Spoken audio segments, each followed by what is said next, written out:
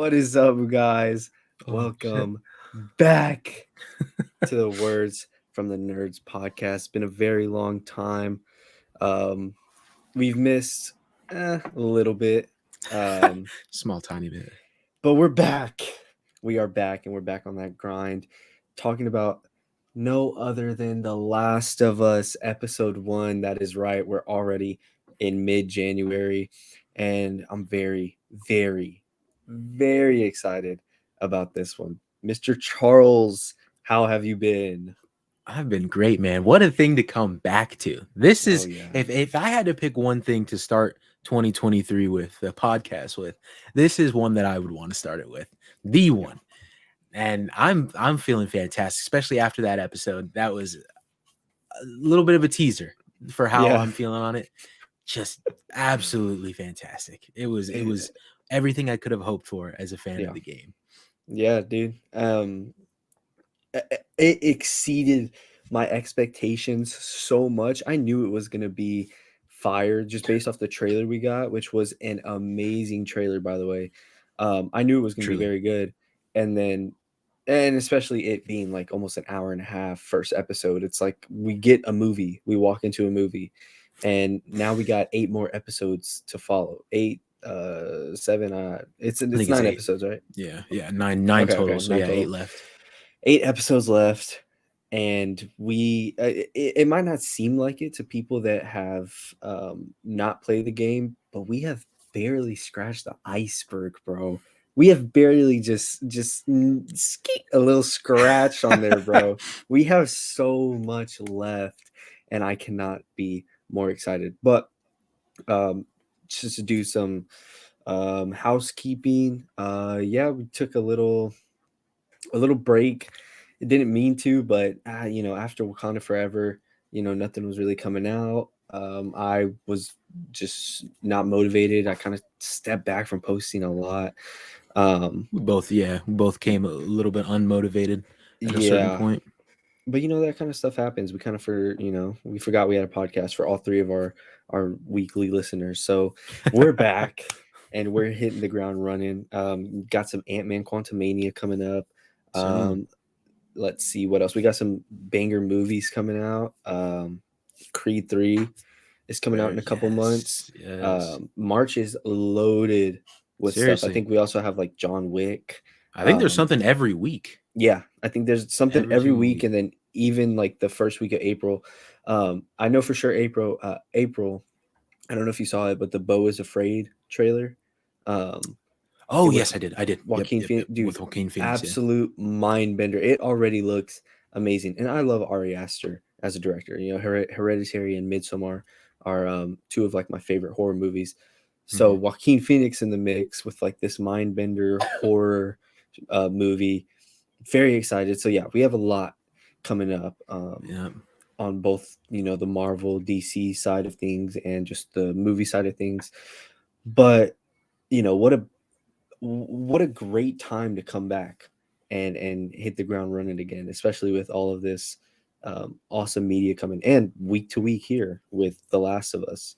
So um, Back to yeah, weekly coverage. yeah, Yes. we're back. It's been, man, dude, we haven't covered a show It's since the She-Hulk, I think. She-Hulk. Yeah, I was gonna say since the boys, but yeah, since She-Hulk, that bled into October a little bit, and then yeah, It's been a while. yeah, That's crazy. because after that it was Wakanda, and then now we're here with The Last of Us. Whoo, it feels good. Feels so good to be back. Just like talking about like, oh, dude, but post credit scene, and then did you see this? Did you see that? Exactly. No, yeah. Yeah. Like the little teaser, there's a clicker at the end of the episode that I didn't see Oh at yeah. all Yeah. until someone pointed. I heard it, but I didn't see it. So And it looks so good too, like it just does. standing there like howling. Oh my gosh. So, without further ado, we're saving spoilers for the end, right? Like for people that have played the game, and like cuz there might be some people that have not played the game before. And it's Yeah, going to be hard, yeah, but then we could do like a little spoiler section where we can just get into like, cuz like if Ben wants to listen to this, or if yeah, people that follow us that haven't played the game want to listen to this, yeah. we can. We'll try to just keep it to what happened in the episode, and then we'll do a section at the very end for like where we think it could go from there, Yeah, judging off of what we've seen, what we know of the game and such. So yeah, I think that's the best way to go. it's gonna be hard. It's gonna be Yeah, very no, hard, I bro. because like I'm just so at this point I just so naturally talk about everything Yeah, just from yeah, like talking about it on TikTok and whatnot. So I'll do my yeah. best though. I don't think I'll spoil anything too bad. I mean, even just like the background we have right now. I don't know if you can tell what it is here. Maybe we Okay, can. yeah, Yeah, but you can see yeah, it's Ellie playing the guitar with her hands. yeah. All right. So, episode 1 of The Last of Us. Why don't you kick us off? You're the Last of Us enthusiast. I love this game, but it's been a long time since I played it. But you have been like just hitting everything. I caught this. I caught this Yeah. person, and I'm like, all right, go at it. So why don't you take us away? I've been pioneering this show on TikTok for like months now. Um, I just wanted to be I love the I because like Aiden, I love this game so much, this franchise so much. I wanted to be a voice within it, but or on that app. But this episode was fantastic, man. I mean, even after watching it, there's so many little things that I didn't catch, but I caught a lot, and so I'm really excited to see what else and how else that'll pay off. I also listened to the companion podcast. I don't know if you did, Aiden. Um, there's like an official podcast with Troy Baker, who is the voice Wow. actor of Joel in the game, then and also with Neil Druckmann, the original writer of the game, and Mm, producer on the show, and Craig Mason, the creator of the show.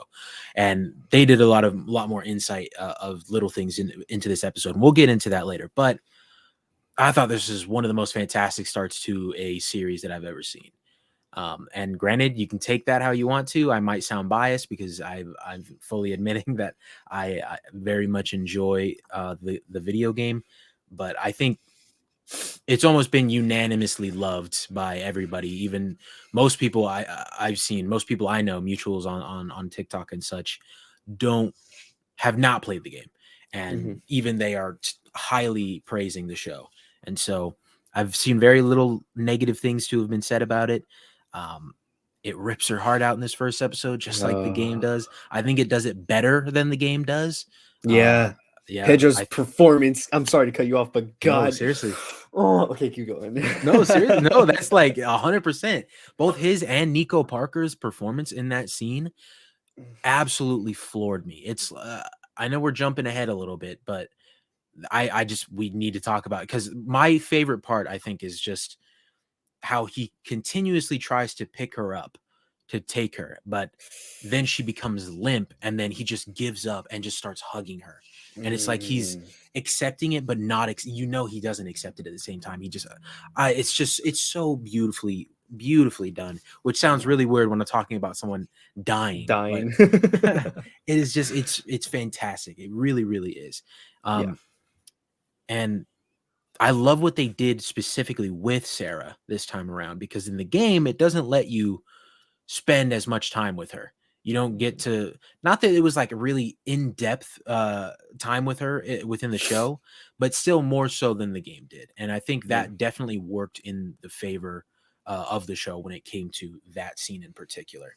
Yeah. Um, just following her throughout Austin, Texas. Yeah, uh, dude, that caught me off guard big time. I can't remember. There's no way that was in the game. Was it? Like were they based um, in Austin in the game? I I can't. I actually don't couldn't remember. remember. That's why it I don't took me remember off, either. like caught me off guard so bad. Like just seeing Austin, and then he said something about when Tommy calls him to bail him out of jail, and he's like, "Oh, like is it Travis County?" And I was like, "What the hell? Like that's the county right next to me. Like what is going on?" It was so surreal. That's kind of cool, actually. I don't Yeah. remember if it was in the game. Um, if it was, I don't remember them making it that prominent, but maybe they did, and we're just both not as big of fans as we say we are. But you follow her throughout the day before or the day of the outbreak, and she just goes to school and everything, and then you slowly start to see little things um, turn for the worst, and Yeah. it starts with a kid in class just weirdly twitching his arm on the desk. And Oh. to those of you who haven't played the game, you probably didn't think much of it. But then the scene, Aiden and I were talking about this before we started recording. Um, the scene where she goes over to the neighbor's house and is like looking through their wardrobe or their bookshelf or something.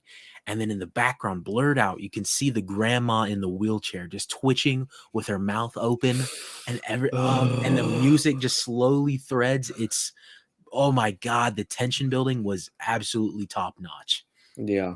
It was so chilling, and I told you before we started recording, I was like, that was the moment I was like, "Yeah, this is it. Like, this show is going to blow everyone away." And at that point, bro, what's even crazier, at that point, we were only, like, what, 20-ish minutes, maybe less into the episode. We still Yeah, had so much more, which we're gonna cover all that. an entire But, hour. It's dude, crazy. yeah, it was so like perfect. It was like home, it was perfect down to the last minute detail. It was so No, good, dude. truly. um, but I was gonna say something about yeah, Sarah's death. So we're fine spoiling the episode.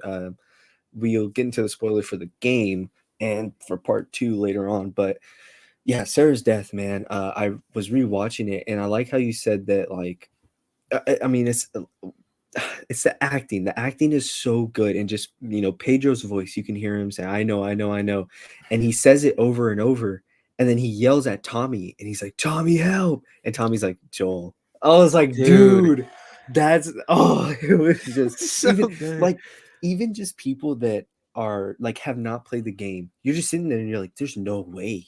Like what? Like we spent 15-20 minutes with this character, and now she's dead. Yeah. Like what? And as soon as Tommy said Joel, and then Joel doesn't even fight back. He just that's when he accepts it, and then he just holds her.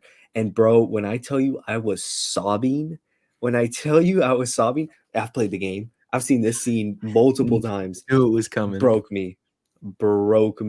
Even like you said, even harder than when I first watched it. I Way turned to my harder. girlfriend, tears running down my face, and I said, "I think they did that better than the game." That Yeah, was it was so damn good, man. yeah. I want to backpedal a little bit because I know we jumped ahead. The episode opens with a flashback of sorts to 1968, a talk show with two scientists and some talk show hosts. They're essentially asking them about global pandemics and what might be the worst case scenario. And the scientists are talking about specifically fungi, um, and how they affect the animal kingdom rather than they affect insects and animals more so than they affect humans. And in ants and such, they talk about how it takes over their mind and leads them up a tree, and it'll slowly kill them from the inside, make them see things, that kind of thing. Um, but I love what they did this time around because they didn't really flesh this out in the game, this part of it out in the game as Hmm. much. The scientist said, because the talk show host asked, like, well, does that affect humans? And the scientist said, no, not currently, luckily. But then he said, but if the world were to get slightly warmer and then the fungi were to mutate due to that warmth, so they could survive in human body temperatures, then we lose. And that was just the perfect way to set up that sort of bone chilling suspense, I feel like. And it also grounds it in reality so much better than the game ever did, I think. Yeah. The prospect that global warming, which is caused by humans, um, we could be warned about that years and years and years prior and just not care. It's Yeah. definitely a commentary on that as well. Um, but I love how it adds a sense of realism to it that the game necessarily didn't have, and it makes the fear ever so much more real than it ever was in the game. And so I appreciated that immensely. Yeah. Um, I mean, it caught me off guard. Like as soon as we opened on that, I was like, "What is this?" And that's like the first of many moments in this episode that like aren't in the game. And then I think we're even gonna.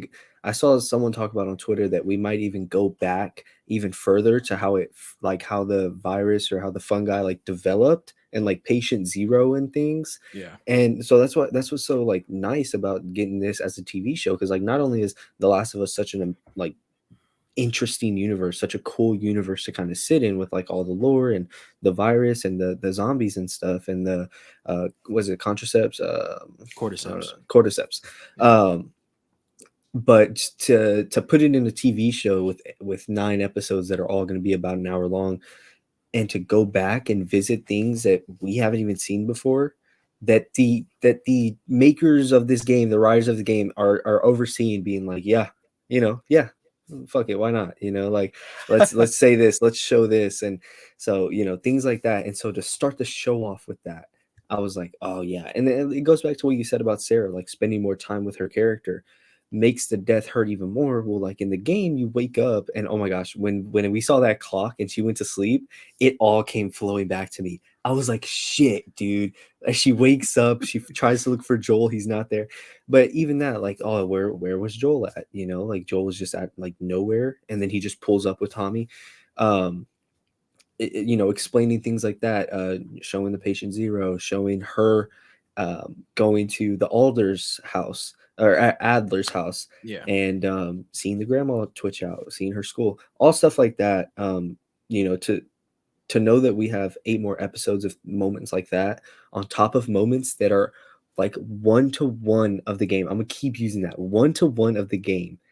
Like those two things combined, if they keep this up, holy shit! Like this could take best show of the year as the first show. Well, if you want to count Kaleidoscope, if you don't want to count Kaleidoscope, which I don't think we are, uh, as the first show, big show of the year, and it could just take it like that.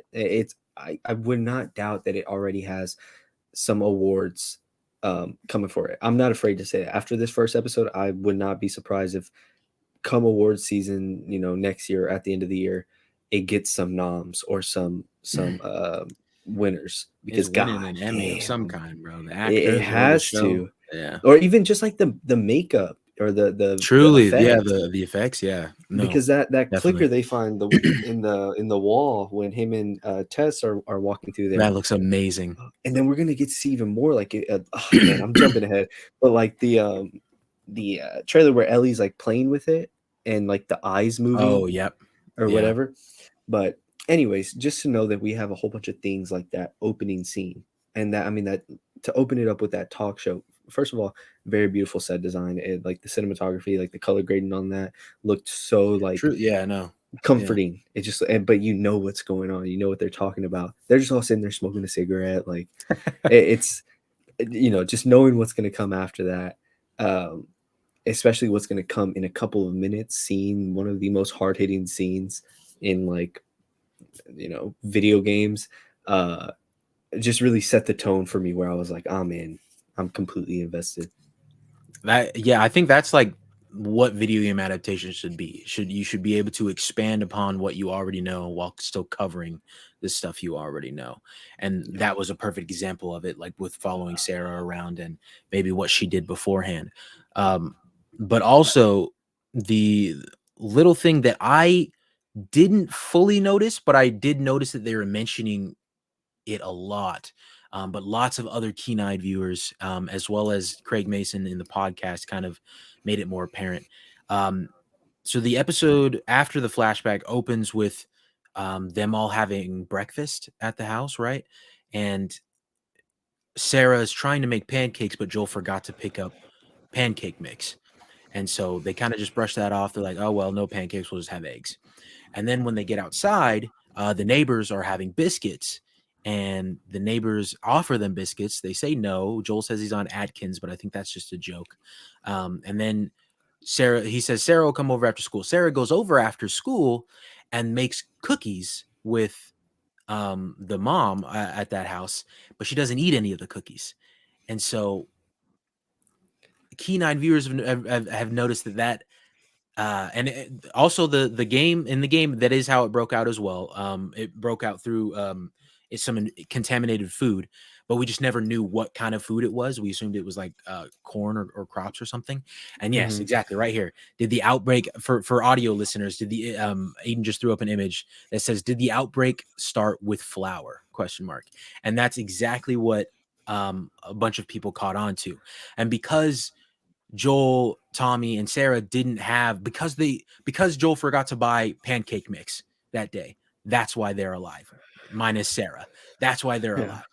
And that's just such a cool little detail that we never got in the game. And I love it so much. And I don't know, Yeah. Craig Mazin in the podcast mentioned that they might touch on that later on in the show. And I think Mm. there was an audio thing that was already released that is Joel and Ellie talking about how the outbreak started, and I believe it mentions like contaminated food and such.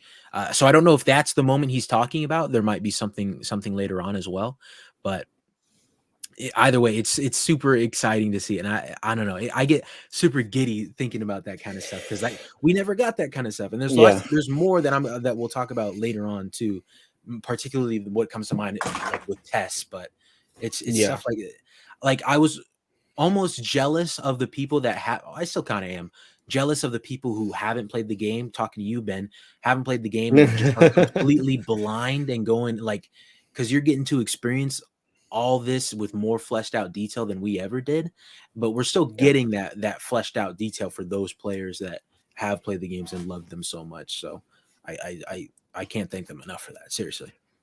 Yeah. And I mean, I'm glad that I've played the games. I know what happens next, and I can appreciate this while also like getting to point at the TV and be like all the memes have been saying, get to point at the TV and be like, that happened in the game every 5 seconds.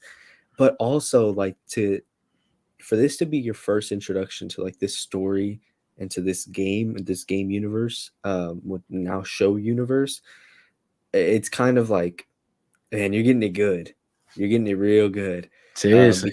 Because of things like that, like the flower. I mean, people can go online and speculate week to week and see things like that. Whereas in the game, you play the game and it's like, all right, you come back to it and you see people talk about it and like, oh, well, maybe it was a flower, maybe it was this, whatever. Um, with the show week to week, obviously it grabs a lot more attention than a video game because more people watch TV than play video games, obviously. And so, for people that haven't played the game and are just watching this fresh and new, um, I'm not saying I would rather be in your shoes, but I'm saying I can see both sides of it, which is a testament to the show. If you can make, hardcore followers of this game love it and brag about it and still sob seeing something they've seen millions of times, and also get people that haven't seen any of the game, haven't played any of the games, haven't seen anything, talk about it week to week and talk about how much they like it, like you're doing something really good here. And Seriously.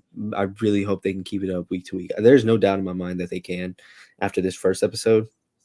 But damn, dude, yeah, they're hitting it out of the park so far. What threw me off from the flour thing myself, because I noticed that they were mentioning a lot of like bread based things a lot, but I just didn't think anything of it. And I think what majorly threw me off from any sort of tying it to the outbreak was when they were in the car driving with Sarah. Um, they mentioned how that family, the Adler family, brought that grandma to the city a lot, and the Yeah. city seemed to be where the infection was coming from, and that's all. Excuse me, that's also a line straight from the game, and so I was like, okay, so they're just pulling that in, and so they went to the city a lot, so they got it from the city, but. I feel like people were catching on to that, and that's what just made it so much better. But also to skip forward, since they're in the car, I don't know if you caught this, Aiden, because I don't know how recently you've played the game, Hmm. but I was getting ready for the car crash to happen because that's a main point in the game. That's how Sarah hurts her ankle and why Joel has to carry her. I Hmm. was sitting there waiting for it to happen. I was borderline clenched up, and then I saw the blue truck coming from the side, about to sideswipe them, about to T-bone Uh them, and I literally tensed up, and it didn't happen. And I was like, huh. "Oh, these motherfuckers! Oh my god, they're doing something here." And then to have it happen with the plane falling out of the Dude. sky, that was that HBO money kicking in, bro. I was crazy. I audibly said, "Oh shit," watching it. Yeah. That was so phenomenal. Yeah. Oh my god, the fake Well, out, all of it. and another cool thing, and then I'll get into what I was gonna say. It's funny because when they take that, when he's like, "Turn, where do I go, left or right?" And he's like, "Damn it, Tommy, go left or whatever." It says Austin left, and then it says San Marcos right, and San Marcos is literally like 15 minutes from me. So to see San Marcos even be mentioned in a show this big, like mind blowing. Because I remember watching Texas Chainsaw Massacre, the one that came out last year. Absolutely horrible dog shit movie. Like that movie sucked. But what's funny is when she jumps in her little like Tesla or whatever to drive away, and she pulls up the maps. Obviously, this is located in Texas.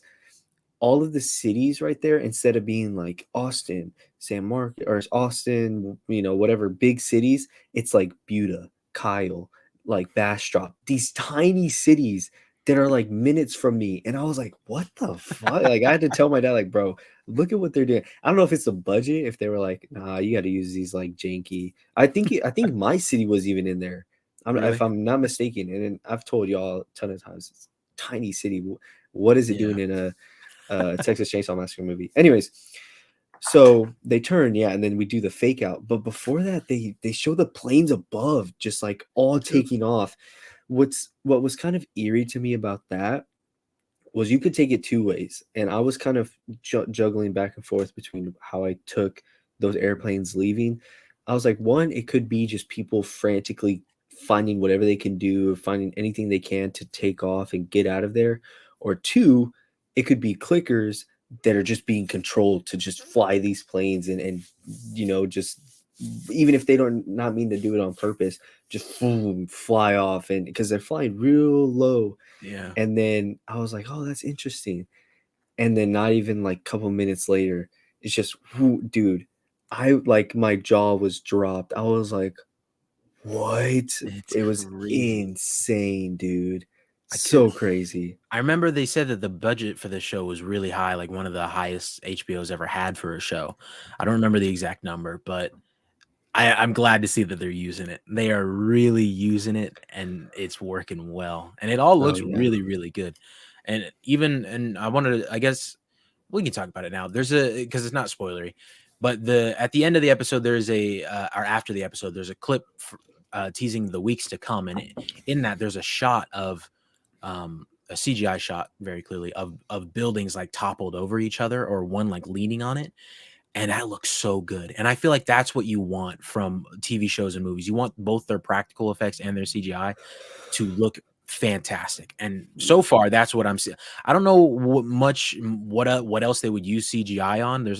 I mean, thinking about later points in the game, and I'm not going to spoil anything right now. Don't worry. Later points in the game, from what I know, I don't think they would need much CGI use. There's one point in particular, but that maybe they would need to use it. But I could also see them doing it practically. So I don't know. Yeah. We'll have to wait and see. But it's just, I'm glad to see that they're hundred some odd $1 million budget went to great things. I think it had like a budget of like $10 million an episode or something. I can't remember. Damn. I think it was something like that. Yeah, I'm going through my notes right here, but I mean, that's whole scene was just, it was so tense, dude. It was so tense, and like the way it's shot, I think they do like a one shot when they're going forward, and he's like, "Back up, Tommy, back up," and then The it camera turns turns like around. this, Yeah. and you're facing the rear of the truck, and it's just driving backwards. Um, a, a line I really liked though was when they're driving and they see that family, and Sarah's like, Yep. "We have to stop. We have to stop." And I think Tommy's saying he's like, starting to slow down, and Joel's like, "Tommy, what are you doing?" Yeah. And Tommy looks at him and he's like, "They have a kid, Joel," and he's like, "So do we." I was like, "Oh, that one Straight hit, from the game. man. Straight from the game, That bro. one hit." And then the burning house too, Yep. straight from the Straight game. from Ah, dude, just so good, bro. I'm so like, there's so much shots, and especially in that scene where I'm like, oh my gosh, that's from the game. Oh my gosh, that's from, and then I'm like, oh my god, like I pull myself back out and I'm like, dude, I put myself back into how tense this situation really is and where it, inevitably Mhm. leads us. Um, but then I'm like, oh my gosh, and then that I remember that, and it's just such like a roller coaster, bro. Such a roller coaster. The, it's crazy that we've talked this long and we haven't even gotten past Sarah's death yet. I But know, dude. speaking of Tommy, though, I really just wanna praise because, I'm gonna no, it's not I almost said Diego Luna. I know his last name's Luna, so we're gonna go with that. Yeah, Um, Luna. he did a fantastic job at Tommy. If I closed my eyes, I imagined that's Tommy. A lot of the not all of his dialogue, but a lot of the dialogue sounded exactly like Tommy, like the actor who plays Tommy. And I think he's also going to be in the show as well, the actor who originally played Tommy. I don't know what character he's playing, but I think he's going to be in the show as well. I don't think he's going to be part of David's crew like Troy Baker is going to be later Mhm. on, but um, it was just, which granted, I want him to add his own little spin to it, Yeah. his own, and he does make it his own for the most part. But there's a couple lines in there where he sounds exactly like Tommy, and I don't know, makes me smile. Yeah. Um, He and I like how, I don't know, and I know this has been, like, a super, like, touchy topic for what reason, I have no idea, but man, like, another reason why I love Pedro Pascal is just, like, that representation he brings, and now we can see Tommy with it too, like, I mean, obviously, they made both of them Mexican, but Hispanic, but just to see them killing it, I'm just like, oh yes, bro. Like go for it, dude. So yeah, I'm loving Tommy already. I can't wait to see more of him. dude, I'm Diego Luna is the Andor actor. Andor, yeah. I'm tripping. I'm tripping. That's not even him. I don't What's even the think his last name's Luna. Maybe now I'm second guessing myself. Um, shit? Let me hold on, I'm just see. gonna look up the cast. Last of Us cast. Gabriel Luna. Yeah, you're right. Gabriel Luna. Okay, I was right. Okay, perfect, What perfect. is he in? What else is he in? He's in Agents of Shield. He plays Ghost Rider, and then he's also Ah, in that's where I've heard his name from. okay Terminator: Dark Fate as well. Okay, yeah, he He is plays Ghost one of the Rider. Terminators. I He never plays a watched Agents of fantastic Shield. Ghost Rider, bro. Dude, bro. I mean, I don't want to. Okay, I don't want to like toot the horn too much. It's not like that good, but it is pretty good, Yeah. I think. And the Ghost Rider season is actually my favorite season. Like honestly, the Oh, CGI for Ghost Rider probably borderline looks better than it did in the movie, and it's a network TV show too, yeah. so it's crazy. But Yeah, I was just looking at him right now. It looks like that's the only like big role or this and that. I think it said he was in Prison Break, but it was at the very bottom, so I'm not sure how big that was. But yeah, man, he is killing it. seriously, I'm loving him in his role. Um Speaking of loving people in their role, let's touch on Pedro a little bit and then jump into the star um second star of the show. I can't put it over Pedro just yet. But um yeah, so then we flash forward 20 years. We're in the year 2023 now. And why don't you take us away? yeah, it opens on a little boy, and I can't remember Oh, if in the yeah, no, it was really well played out scene because I was trying to remember if in the games the little scanner that tells you if you're infected or not. I for some reason I remember when it pops up green, that means you're infected. I think I'm wrong on that, but for some reason that's what I remember. And so when it popped up red, I was like, "Oh, the kid's fine. He's gonna get to play with some toys," and it actually got me. And then you find the kid's body in the truck yeah. after that. But yeah, we open with after that we open with Joel having to carry that kid's body to the fire, and yeah, we just it shows how disconnected he is after having lost Sarah, I mean, and he's holding the kid the same way he was holding Sarah. And he just that's what hits, bro. And he just dumps it yeah, straight face and everything. Oh, dang, no, yeah, it hurt.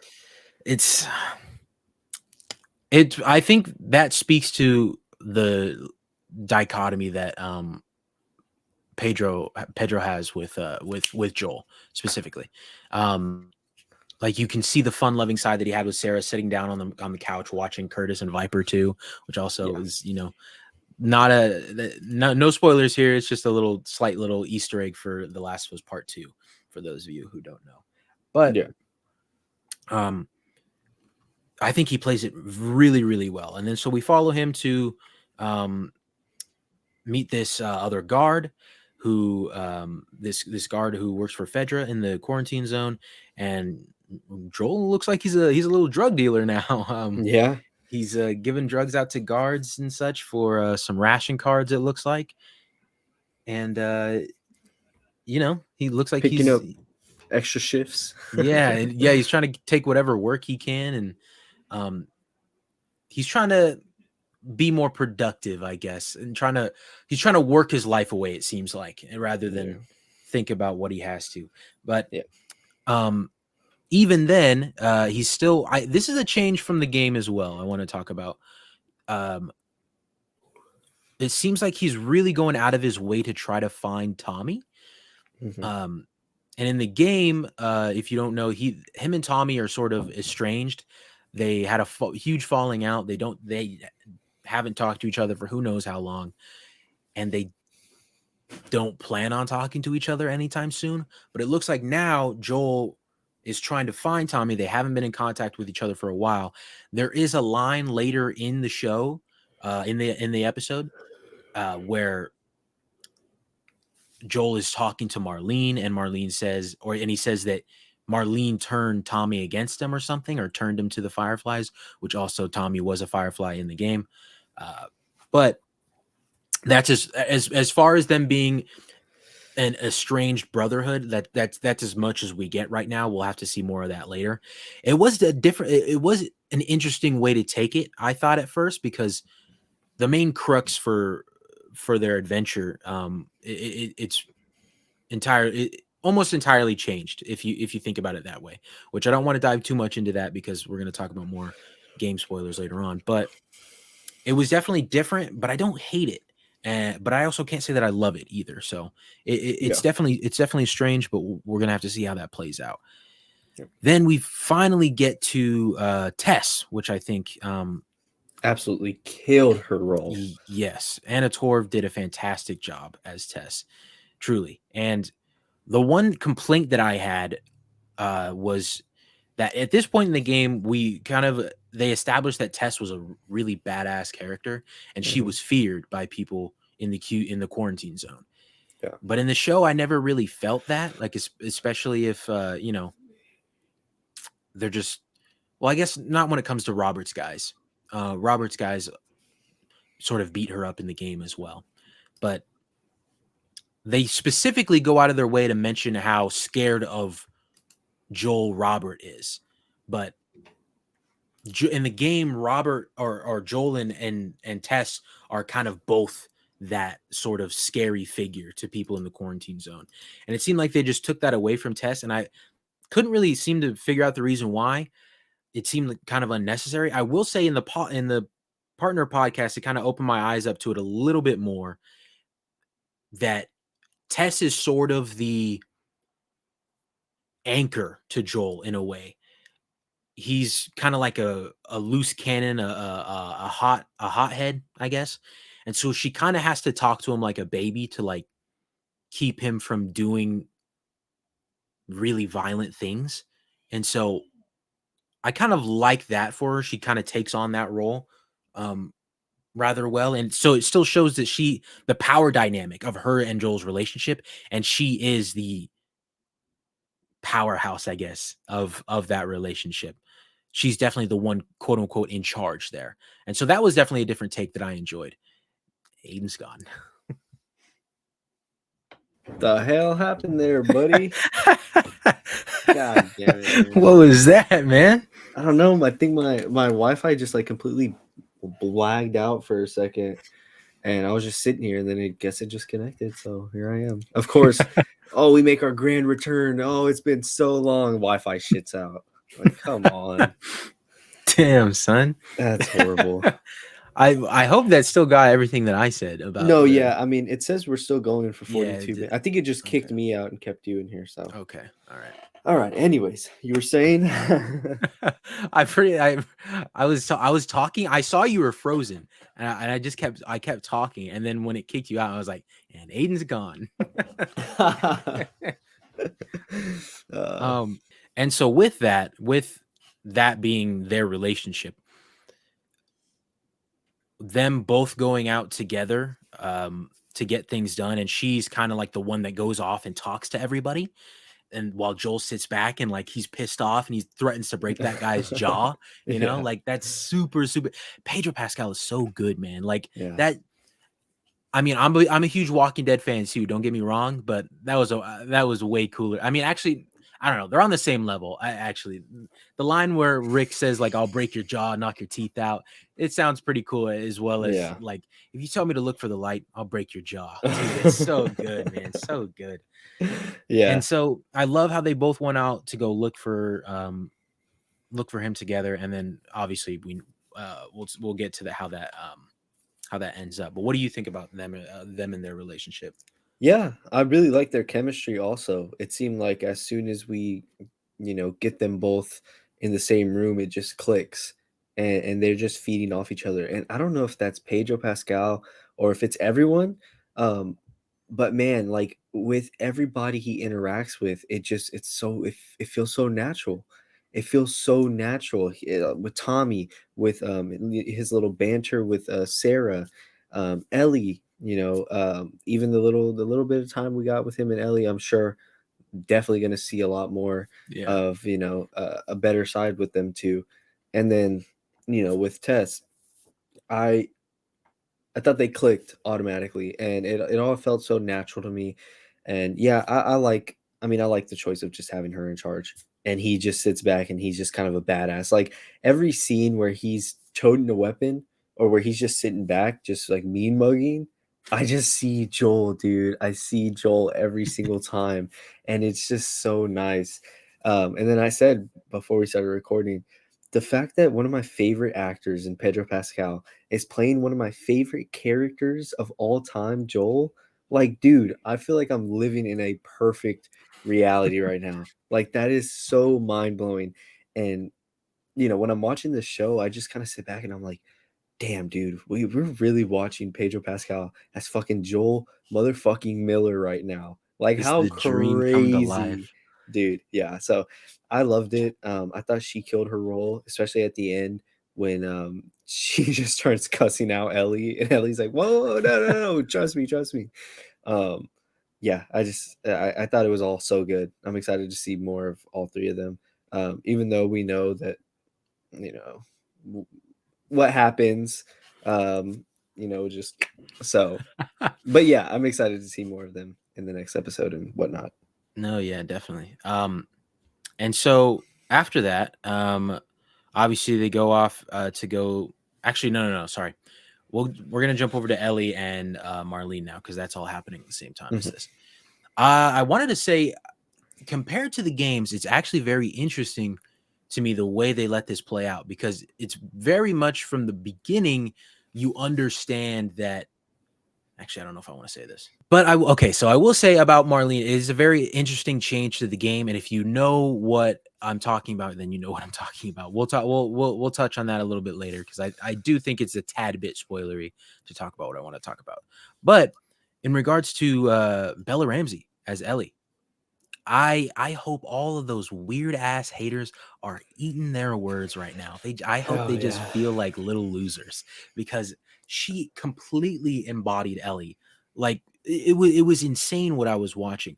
I mean, there's certain points in which like when she was shut in that room Hmm. by Tess and Joel, and how she was like, "Hey, what the fuck?" Like that was Yeah. literally I was hearing Ashley Johnson right there, and Yeah. it was amazing. I've Yeah. seen some people who say otherwise. I think those people are either in denial or they're just holding on to their hatred for it for some reason. Yeah. It's The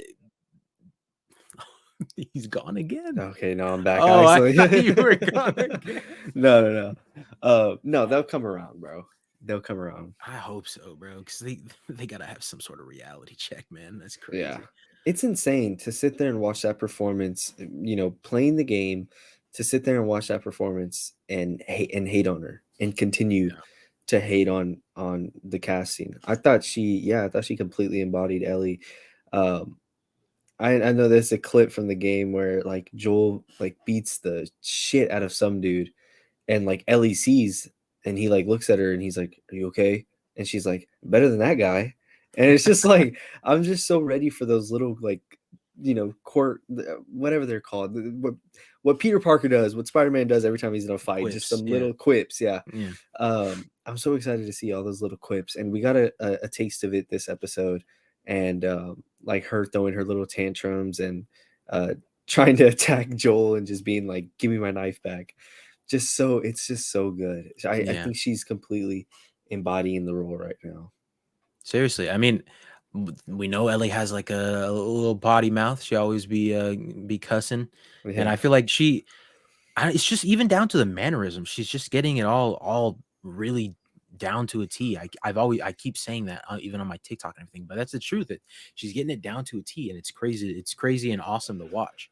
Yeah. Um, but from there, we cut back to we see Joel and Tess are trying to find out where Robert is. They get a lead on him, and they have to go down into the sewers. And while they're in the sewers, we see our very first infected person that is long dead and long been infected, and they have been attached to this wall, and it looks absolutely amazing. I believe it's Hmm. all practically done, and it looks stunning. Yeah. Like that, it looks like it's ripped straight out of the game, but like with realism effects, like Yeah. HD graphics kind of thing. And it's super super well done. I'm curious to see though when they walk in that room, they say, "Oh, this one's done." Like I assume they mean like it's not, it has no risk of trying to infect them. Uh-huh. And I wonder how they make that differentiation. Like you can probably look at it and see that it's like sort of nailed into the wall. But in the game, there's lots of moments like that as well. This isn't spoilery, don't worry. Hmm. There's lots of moments. Granted, this is in gameplay moments, but where you're walking through a section and it looks like one is nailed to the wall. You think it's completely dead, but then it'll jump out of the wall Yeah. and try to kill you. And so I don't know if they'll ever explore in the show how that differentiation works. I hope they do. It'd be something cool, but I'm not gonna be too upset if they don't because it leaves up more up to the imagination, I guess. Yeah. Um I'm sure they'll explain it later on. I mean, we do see that they run into like kind of another one, except this one is like its eye is moving as we see in the weeks to come trailer. So I'm sure they'll probably touch on it a little bit more.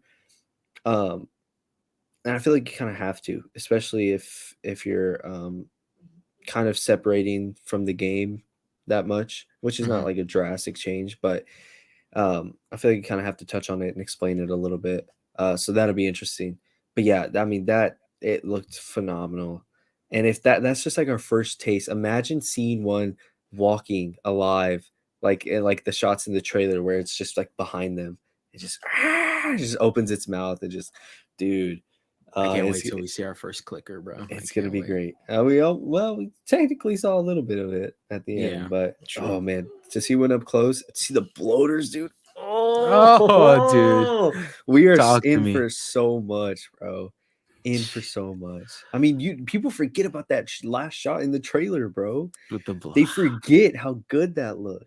I was talking Oh about man. this with somebody else. I don't think it'll happen, but what do you think the odds are that we'll see a shambler? Maybe. Ooh. Do you think they'd do that, or you think they'd save that? I if I w- man, if I was them, I'd save it. Okay. Yeah, But at I the could see same that. time, Cause if you want to get something good, yeah, that's the way to go. cause I think it has to be like live in like very moist temperatures, moist climates Yeah. for it to even happen anyway. So probably wouldn't happen up in summertime in Boston or anything like that. So um, I don't know. That'd be cool. Yeah, I think you're right though. I don't want them to play all their cards in the first season, especially if they're planning on other seasons. Yeah. For Yeah, yeah, exactly. I mean, we still have so much, like, um, I wouldn't be mad at them saving some stuff, you know? Yeah. Yeah. And that's like one of them. Like, yeah, it'd be cool. It'd be super dope. Um, but at the same time, it's like if you want to save that and tease it, maybe I can see them doing like a typical like TV show teaser where like at the end of the last episode, or like a moment in the last episode, we get like a glimpse of one, or we get a brief moment, Yeah. and they're kind of like a watch out for this one or whatever they want to do. I wouldn't be mad, and I could also see a reality where they um, do one this season. So Yeah. Okay. Um, but so from that point, uh, Joel and Tess climb up through this ladder, and they unknowingly, I think, stumble upon one of the Firefly outposts, and there they find all of Robert's men and Robert dead. yep, Uh, and they find the battery that they were looking for, that they were hoping to put in a car corroded. to go drive to Tommy. They find it corroded, and means Robert lied about the battery, and it wasn't good after all. And Yeah. so then they go around the corner. They find Marlene and one of Marlene's lieutenants, Marlene being the leader of the Fireflies. And then finally, the moment they meet, um, Joel and Ellie stumble upon each other. Ellie tries to attack Joel, like tradition. And he just yeets the He absolute shit out of her. throws her across the hallway, and then Uh, not holds her on the ground, but holds her knife on the ground so she can't try to attack him anymore. And then they have this long dialogue moment. It is a very, I've already seen some edits, I will say, on TikTok, mhm. of some spoiler stuff in the future, that I might have to talk to you about when we're not recording. It actually Uh-huh. goes super hard. I love it so much. Okay. Um, but going off of a line that she says here, but that's all I'll say about that. And then from that point on, they agree to take Ellie to a meeting location with the rest of the Fireflies, because Marlene won't tell them why. They just know that this girl is important, and that if they get her there, Marlene will hook them up with a running car and all the supplies that they could ever need to make their way to Tommy. Yep. And so reluctantly they agree, and Tess has to go off and get some more info about what's the best time to leave or whatever, something like that. And And then Joel we and get Ellie a are scene ripped straight from the game. Yep. Joel and Ellie are left alone in a room to their own vices. Joel takes a nap, and Ellie begins to, or actually, yeah, Decode. straight out of the game. I'll say that the line where she says, "Your watch is broken," and it's just Dude, this. and you can see the amazing facial acting of Pedro Pascal, where he kind of like stiffens his jaw a little bit, or like kind of like swallows, and it's just so good because it's so little, but like as soon as she says that, he opens his eyes and he just kind of sits there, moves a little bit, and then gets back to sleep. I Yeah, really like the line where he's like, all right, I can't remember it word for word, but basically he's like, I'm taking a nap, and she's like, well, what am I gonna do? He's like, I'm sure you'll figure that yeah, out. straight from the game. It So was good. perfect. Um, I guess I also haven't touched on the fact that he's still very much visibly haunted by what happened with Sarah. Every time he tries to go to sleep, he can imagine all the sounds. He can imagine Tommy's voice, imagine Sarah's voice, and everything. Uh, they kind of hammer it home on how much that really affects him, even 20 years later. Um, but then Joel wakes up. Ellie kind of interrogates him about this radio system that she figured out, where 70s, 80s music means trouble. She didn't find she like played tricked him into admitting that that's how that works, which is actually pretty funny. Pretty She's like, Ellie of her. yeah, exactly, got you. So 80s means trouble, and I think 70s music means Oh, I forget. Damn it. nothing. It either means nothing new or something new, and then 90s music means the opposite of 70. So which I can't remember how it works out either, but it works one of those ways. Yeah. Then eventually Tess gets back and they all get up to go leave the quarantine zone. And what I wanted to talk about was, because I remember in some interviews before the show came out, there was talk that Joel is going to be a lot older in this. He's going to show his age a lot more. Like his joints are going to hurt as he moves. And when they're all crouching under like this school bus, first of all, great reference to the game. They're like duck walking under this Yeah. I all loved it, dude. yeah, all behind these cars and stuff. And uh Ellie and Tess are much further ahead than Joel. And sure, one could say that he's maybe just keeping back a bit just in case anything goes down, he can be ready for it. But I personally subscribe to he's moving slower because it hurts to move as fast as he used to be, like when he was 20 years younger and that kind of thing. Yeah. And so he's moving a lot slower, as fast as he can, but as fast as he can isn't as fast as he used to be. So Yeah. just a small little detail, not confirmed at all, just my own little headcanon, I guess. And then we go to the infamous scene from the game where usually in the game there was 2 guards, but in the show there's only 1, and it's the guard that Joel was helping before. And we know from earlier on that this guy has a drug problem. I've actually watched some Easter egg videos, and I didn't even notice that guy's hand was twitching. But it was twitching because not because he's infected, but because he's addicted to drugs, the drugs that Joel Yeah. is giving him. And so that guy probably was coming off of a high, so he was on a power trip, and he was just taking advantage of the situation. And Yeah. then he scans all of them, and then straight out of the game, Ellie, I think, stabs the guy in the Stabs leg. his knee. Yeah, Yeah. and then tries to hit him again, but he waves her off. And this Oh, next part is something. It's a fantastic scene, really good scene. yeah. But I was also thinking, like, because originally this was supposed to be 2 different episodes. Yeah. They said in the podcast after that they posted that I've been mentioning, Craig Mazin said that the ending of episode 1 was actually supposed to be right where Joel picks up that dead kid's body and throws it in the fire. And Huh. so the second episode was going to end how this episode ended.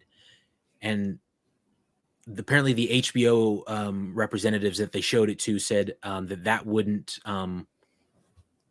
it's hard to want people to come back for Yeah. more They wanted after more the ending of the first one. Joel and Ellie, right? I heard that Yeah, too, that they wanted to see Joel and Ellie and have them exactly. come back. Yeah. And so there wasn't much drawing them back after the first episode. And the first episode is where you need to hook people in. And Mm. so they then decided to put both episode 1 and 2 together. And so since that being the case, I can see how this would have worked better if episode 1 and 2 were split. But this is the only time that I would say that, because, and they even mentioned in the podcast that flashbacks are such like an iffy thing to use. Like if you're going to use them, you have to use them absolutely well and correctly. And I don't think this was a horrible use of the flashback at all. It's not what I don't think it hurt it, and I also don't think it helped it that much either, because very much they do a good job of showing you how tortured Joel is by that moment in the past. And this is all just my opinion. Again, they do a really good job of showing you how tortured that is. And one of the things I remember most about that moment is the bright light that was flashed in their eyes the entire time. You're completely not, you're not humanizing that soldier that shot her at all. Like you want him to be a monster, a faceless monster, because that's what he is. He killed a kid. And so all I can remember of him is the bright light. And so I'm looking at Joel staring at another bright light, same situation with a little kid. I'm immediately thinking of that moment. Like Yeah. I'm already thinking of it. And so showing it just seems a little redundant in my eyes, but I don't think it's like, I didn't think it was too detrimental to it. I don't think it Yeah. took anything away from the moment. It didn't slow the pacing or anything. It was a very quick, it's not like they re-showed the whole scene, but it seemed a little bit redundant to me. And Yeah. so still a great scene though. And then he tackles the guy and just beats the living shit out of him. Yeah. And Goes full Pattinson Batman on him. seriously. And Ellie looks on at that, and she He's amused. loves it. Yeah. She is like all in on that.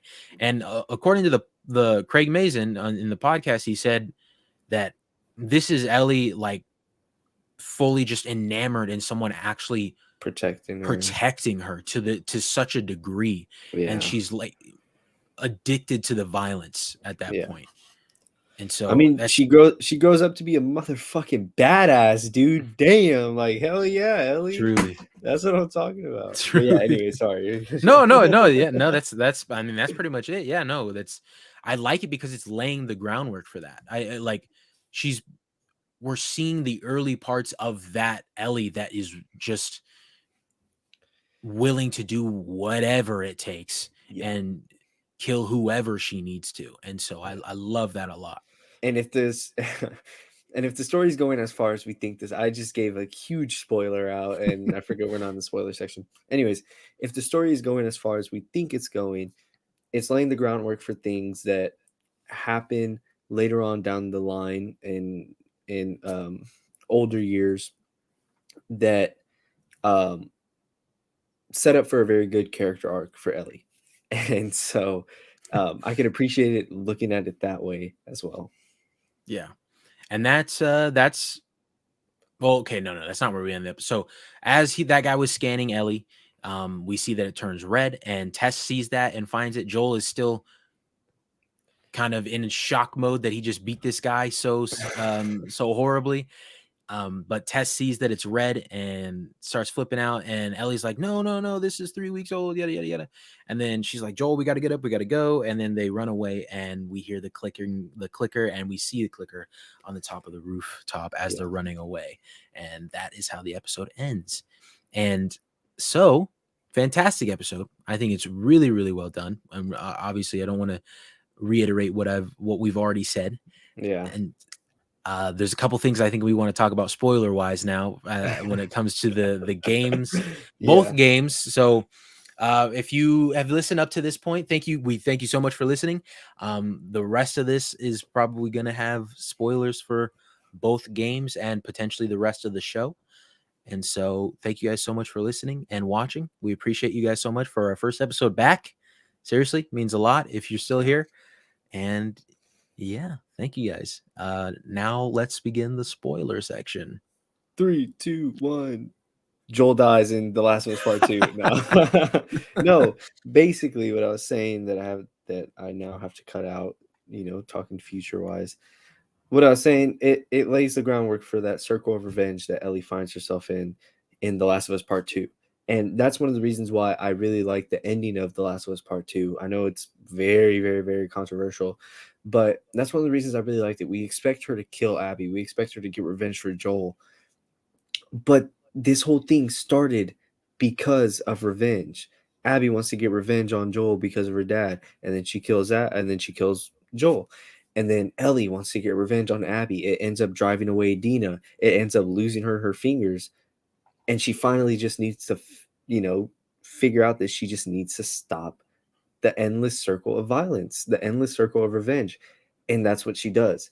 And I think this is like the start of that. No, not knowing how far they're going to go, but I'm assuming they want to take this show as far as they can because it's going to make a lot of fucking money. It's going to get a lot of attention. Um, if you're wanting to take it there, it's starting right here. And you see a lot of shows where you're like, you think about, I think about, oh, where were we with Walter White, with Jesse, with Saul, with whoever, and where are we now? I would have never thought in 1,000 years it would take.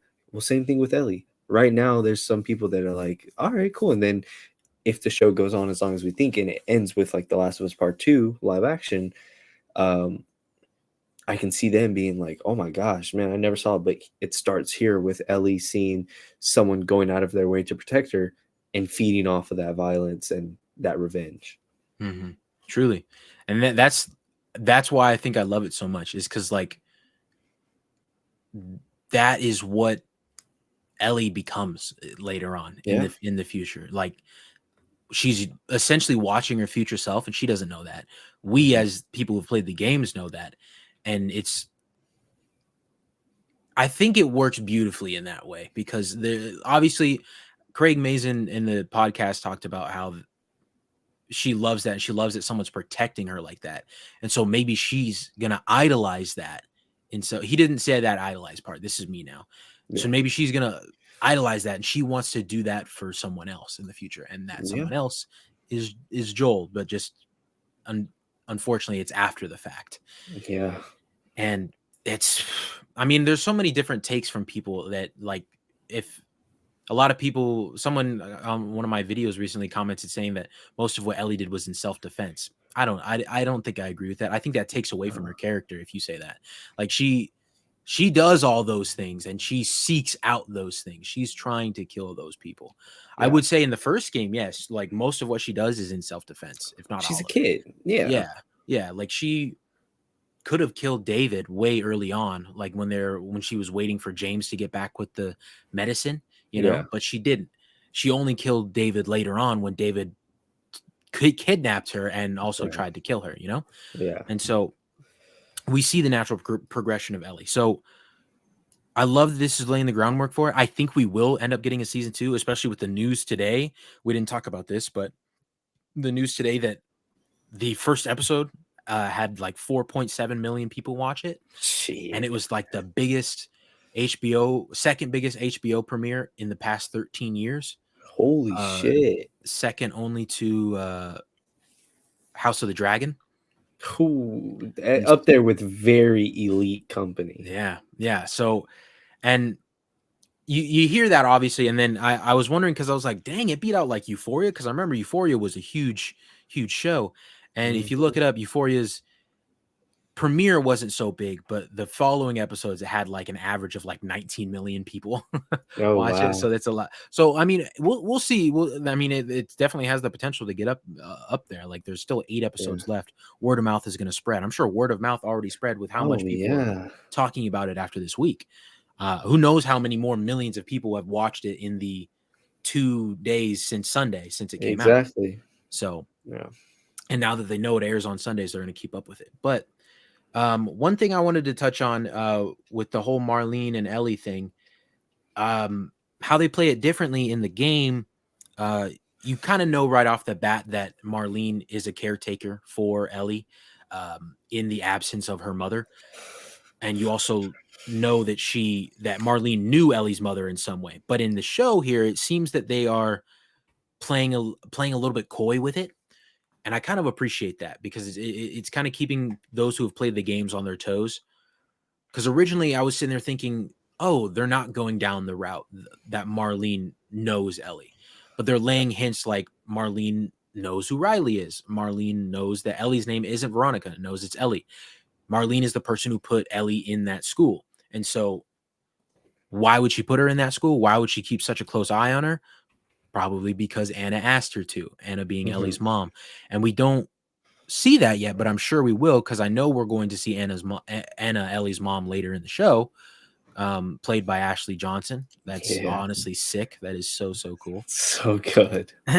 I can't wait to see that. And yeah, I like it's little things like that that add more. Ooh, I actually forgot to talk about this. This is totally switching gears to Tess now. Something I completely wanted to talk about. Mhm. That adds more context to it because I completely forgot as I was watching it. The game after the time jump opens with Joel waking up, uh, and then Tess walking in and him seeing that Tess is all bruised and battered, and it's because she says she got beat up by Robert's men. And we didn't Mhm. see that in the game. And granted, we still didn't see her get beat up here, but we saw her being held by Robert and Robert's guys. And so I didn't even occur to me as I was watching it, like I'm seeing the other side to it. I'm seeing Yeah. more. I'm seeing what actually happened when I didn't get to see it before. And that is Yeah. so fucking cool, dude. Like Yeah. that is what I want from this. And I'm happy that it's happening with something that I already love. And that's what I mean why I'm happy that I've played the games because I'm getting more context to it than Yeah. than I did before. It makes me feel like this isn't a waste of time. I would be watching this anyway, sure, but it's stuff like that that makes me feel like it's not a waste of time. I'm still getting something out of this. So, Exactly. I mean, yeah, we talked about it a lot, but I mean, we can't like harp on it enough about how like important or like how good those extra little details are, like the backstory, seeing even just seeing Joel, Ellie, and or Joel, Sarah, and Tommy have breakfast in the morning, and then her going to school, coming back home, shopping for Joel, and then picking up where the game picks up, like those type of things. And then even before that, having some scientist on a 60s talk show talking about fungi and viruses. Yeah. Um, and then I meant to bring this up earlier in the episode, but I mean it's something that we can really talk about whenever. Um, that apparently next episode is called Infected. I don't know if you saw these pictures, and I'm sure you have, but I'll put them up on the screen for anyone watching on YouTube. It's just pictures of stills of like the next episode. It's called Infected. It will be 55 minutes long, and it And will directed release by Neil Sunday. Druckmann. Ooh. Yeah. So here we go. Audio listeners, it's just the two big buildings we see at the end of the episode leaning on top of each other. And then we see Tess, Joel, and Ellie walking the streets. The clicker is actually not here. So I Yeah, was because looking it's for it at normally on the first, left-hand side. I don't like see it. right up here, and now it's not. So that could be, ooh, it could be that. This could be the scene where they're kind of like hiding in that abandoned building, and the clicker's like walking around them. Yeah. Could have made its way down there. Next frame is a lady in a hazmat suit holding one of the tendrils that was coming out of the old lady's mouth. I'm And super interested in this. I this can't is wait to see this this. is looking like patient zero. And Yeah. it's on the topic of what we were just talking about, but it's looking like this could be um the origins of the cordyceps, and our patient zero, and what started this virus and this apocalypse, which I think is so fascinating, dude. I love apocalypse movies where we see how it all went wrong. We Me see too. what happened and how I'm just so I really hope they go that route and just give it all to us. We see a scene of Joel and Ellie. Ellie's out of focus, and Joel's kind of standing behind her, and then jump scare right here. It's the close up shot from the next week's trailer, with a clicker that still has its kind of human features, has an eye, nose, mouth. You can see the tendrils covering its other eye or coming out of its other eye. Holy Yeah. shit. You can see the fungi chips or whatever growing on his cheek, and it's a horrendous scene. But yeah, I forgot to bring that up earlier, while we're on the topic of like backstory, because it's looking like this is going to be um, our backstory. And Yeah. yeah, of course, directed by the GOAT himself, Neil Druckmann. Whew, I can't wait, man. I Oh, can't wait. I'm just so happy we have something to look forward to on Sundays. So Seriously. happy. The Oh, week I man. needed the weekly stuff back, man. I'm Yeah, so happy. it's I so great. wonder when Secret Invasion is going to come, because I would have I know I'm switching gears a little bit. Just real quick, I wonder when Secret Invasion is going to start, because I was always under the assumption it was going to be like March or April, but now that Mandalorian is that time, probably not They going to be the case. Oh, unless they do just absolute goat weeks with one of the episodes, or one of the shows coming out Crazy. Wednesday, one of the shows coming out on Thursday. Oh, that'd be beautiful. And then The Last of Us on Sunday. Holy Oh my god, fuck, bro. that would be crazy. Oh, We'd Sunday be The eating Last of so good. Us, Wednesday Mandalorian, and then Friday or Wednesday Secret Invasion, Friday Mandalorian, and then we start the week right back over 2 days after that. Dude, holy shit. But um yeah, so basically, they'd also drop stills of Henry and Sam. If Oh we thought yes. we were gonna sob during, oh my god, dude, during Sarah's death, oh, Henry and Sam, that is going to Damn. hurt people, bro. And that's what I'm saying. These casuals that have never played the game before, and I don't mean casuals in a bad way, just people that Yeah. have not played the game before, are like they don't know what they're in for, bro. They Truly. don't know, and I'm like, that's why I'm so glad that Ben hasn't played the games before, and he's taking this in right here. This is gonna make him play the games. He said he'll play it if he likes it, dude. By the end of this, he's gonna be saying "fuck the Mandalorian," and I can't wait for him after. Oh man, well I guess he can't really ever come back to this because The Last of Us 2, this spoiler section. Oh, so we can say Yeah. whatever we want about him. No, um, anyways, by the end of the season, be saying "fuck the Mandalorian," but you have moments like this, bro, and I'm sure I'm forgetting a ton more because it's been so long since I played the games, and which is why I'm glad I have you here. But dude, Henry and Sam, that's not something that you can just easily forget. Yeah. and not even that, even just like, seeing how people react to Joel taking Ellie, saying fuck it and going back in the hospital, taking Ellie back. And, but the line I told you about before we started recording, where she says, swear to me that everything you've told me about the Fireflies is true. And he says, I swear to you.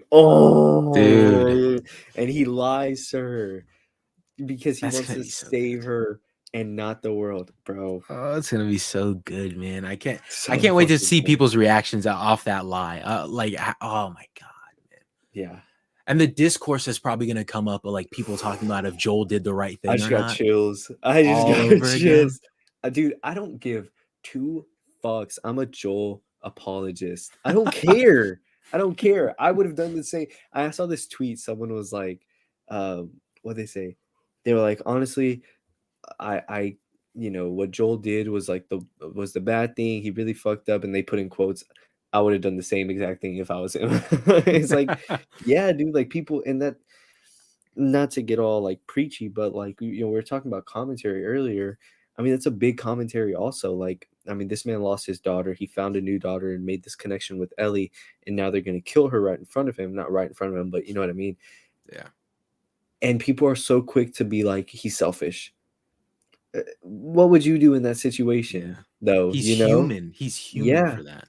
he's human. Like, What would you do in that situation? You don't know, so why are you so quick to judge him for it? and the actor who plays Joel, I think, put it perfectly because people always ask like, why did he save the little girl instead of saving the world? And then he always says that he did save the world. Just for him, the world was that little girl. And Yeah. so that's a banger way of putting it, bro. Like, Oh, because it's in his facts too. Like, that's just how much he needs Ellie. He needs yeah, Ellie in an almost unhealthy way. He needs yeah. Ellie. And So and and honestly, in another way, Ellie kind of needs him. yeah. I always think back to, oh man, and this is like one of the hardest scenes in the second game, in my opinion. I always think back to the astronaut scene, Oh my the god, museum scene you in the finna make me second game. cry, bro. I remember watching that scene, bro, and just like a hole in my heart, like a hole in my heart, and Dude, the way he's like, I do okay. Like, oh my god, he asking her if oh. he did it. Oh my god, It's dude. so, oh man, it's so wholesome. Just, and then like the whole zoo part, and taking her to see like all the animals and stuff, and I think she saw a giraffe, if I'm not mistaken. It was something like that. Or am I getting that completely wrong? I know there The was There was the museum, and they saw like dinosaurs and such. The giraffes was in the first game. They it saw was in the giraffes. first game? Yeah, yeah, Okay. Well, I mean, even just moments like that, yeah. them bonding, and him taking her around, and you know showing her the world, and they tease it in the next week's trailer, where she's outside and she's like looking up and looking all around her, because she had never been outside, right? Or she had never, it was Yeah, some, or she had never she been hadn't been outside outside the the quarantine. quarantine zone. Yeah, So um I'm just so excited for moments like that, and I'm so excited to see people's reactions, and just to see their relationship develop over the show. me It's too. so good, man. That actually reminds me that the other CGI thing that I was talking about earlier, but I didn't want Oh to get yeah, into because spoilers, was the draft thing. I yeah, maybe they like filmed in a zoo or something, but if not, then I think that's the only other point that I can really think they would need to use. Not even heavy CGI, but just CGI for some drafts. So, yeah, yeah. Um, I mean, but like, you yeah, have man. to have that scene. You have to have Oh that yeah, scene. Like, I don't yeah. think you I mean, cannot have that scene. you could probably even pull like a Grogu, like have a stand-in puppet, or like have a stand-in prosthetic giraffe, or a life-size, stuffed giraffe or whatever, and then just kind of like have it like move like a puppet, and then just kind of CGI your way around it. That way, it doesn't look too like, you know, weird. Because it'd be weird a show like this having just like horrible CGI on a Yeah. giraffe or something. Um, but yeah, I mean, those are some things that I'm just so looking forward to, man. Like I cannot wait. I just want to get to episode 8 already. But then at the same time, I kind of don't. I just want to Yeah, I soak wanna this savor it, yeah. in every week. Um, but yeah, dude, went on for an hour and a half. That I missed these fucking week to week shows, man. I missed sitting here talking about them week to week. It just makes me think of like the boys and like how giddy we were, Dude. We're gonna and be then doing just this all year, bro, because we yeah, got this, and then we got Mandalorian right after that, and then shortly after that we'll have Secret Invasion sometime, and then when Secret Invasion ends, hopefully Invincible season 2 will be starting soon. ooh, yeah, Um, and then I'm sure another MCU show is coming out later. I think Ironheart and stuff after that. So yeah, Loki season 2 this year yeah, sometime. So we got with some Kang lots and lots of variants, stuff. Yes, yeah. multiple Kang variants. Yes. Um, Invincible season 2, man, I really hope because that show had me like that is one of my favorite superhero shows of all time. No, yeah, Like I think spectacular, that and Daredevil are just in the league of top their own. notch, The top boys notch. just in leagues of their own. Seriously. Um, so yeah, dude, I'm fucking excited. I hope we get a ton of stuff. But honestly, this is filling me up so good right now. So True, good. We yeah. are. We need Mm, soak in what we got right now, and then we'll think oh about the yeah, future later. yeah. But That's about it, huh? yeah, I think so. Thank you guys so much, all of you guys who've come back, new viewers. We appreciate you guys, all of you. Seriously, it means a lot to us. Um, we took a little bit of a sabbatical, but we're back, better than ever, and we're gonna have tons and tons of stuff coming your way. Not just TV shows like we were mentioning. We're gonna do a lot more other type of movies other than just MCU stuff Yeah. coming up here because we got like probably a month and a half of solid week to week releases. So we're gonna be covering most, if not all, of those for you guys. So we Yeah. are greatly looking forward to it. And we're gonna have more guests, of course. You can count on that. 2023, it's our year, baby. It's our year. We're gonna have more Yes, guests. sir. Probably Benjamin here soon for one of the Last of Us ones, just so we can get like the non gamer's perspective Yeah. of the show, and then maybe some more guests that have played the game just for other perspectives. We don't know yet. We're still ironing out the kinks, but seriously, we appreciate you guys. If you're listening on Spotify or any other podcast listening platform, give us a rating.